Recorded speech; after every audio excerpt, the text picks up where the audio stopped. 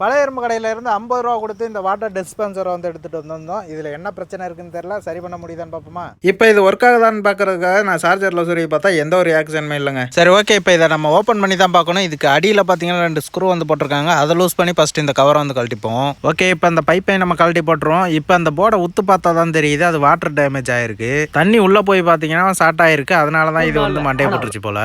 சரி ஓகே, இதில் உள்ள போர்டை வந்து நம்மளால சரி பண்ண முடியாது. இப்போ இதில் உள்ள மோட்டராச்சும் உயிரோட இருக்கான்னு செக் பண்ணிடுவோம். அதுக்காக 5 வோல்ட் டிசி சப்ளை கொடுத்து பார்த்தேன். மோட்டர்லாம் நல்ல கண்டிஷனில் தாங்க இருக்குது. ஓகே, இந்த போர்டை வந்து நம்மளால சரி பண்ண முடியாது. ஆனால் இந்த போர்டில் வந்து சின்ன ஒரு மாடிஃபிகேஷன் பண்ணி இதுக்கு வந்து உயிர் கொடுத்துடலாம். சரி ஓகே, இந்த பம்பை இப்போ கலட்டிட்டு அதில் உள்ள பேட்டரியாச்சும் தேருமான்னு பார்த்தா அதில் உள்ள பேட்டரி வந்து துரியறி தாங்க கிடக்கு. இந்த பேட்டரி வந்து நம்ம சேஞ்ச் பண்ணுற மாதிரி தான் இருக்கும். அதை பரமாட்டி மாற்றிக்கலாம்.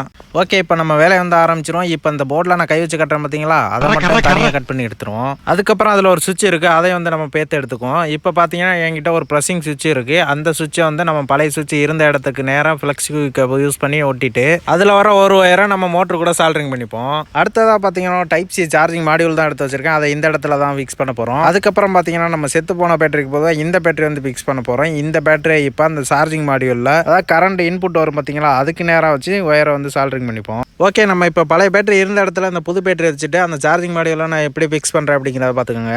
அடுத்ததாக சுவிட்சிலேருந்து வர இன்னொரு ஒயரை நம்ம சார்ஜிங் மாடியூலில் அவுட்புட் கரண்ட் வரும் பார்த்தீங்களா, அதில் ஒரு டெர்மினலில் வச்சு சால்டரிங் பண்ணிப்போம். அடுத்ததாக ஒரு சின்ன பீஸ் ஒயர் வந்து எடுத்து வச்சிருக்கேன். அதோட ஒரு எண்டை வந்து மோட்டர்லையும் இன்னொரு எண்டை வந்து அந்த சார்ஜிங் மாடியூலில் அவுட்புட் கரண்ட் வரும் பார்த்தீங்களா, அதில் வச்சு சால்டரிங் பண்ணிப்போம். ஓகே, இதை பழையபடி இப்போ நம்ம ரீஅசம்பிள் பண்ணிவிட்டு அதுக்கான டியூப்பு அதுக்கப்புறம் பைப்பு இதெல்லாம் மாட்டிட்டு இப்போ நம்ம ஆன் பண்ணி பார்த்தோம்னா நம்ம பம்பு வந்து சூப்பராக வந்து ஓட ஆரம்பிச்சிருச்சு.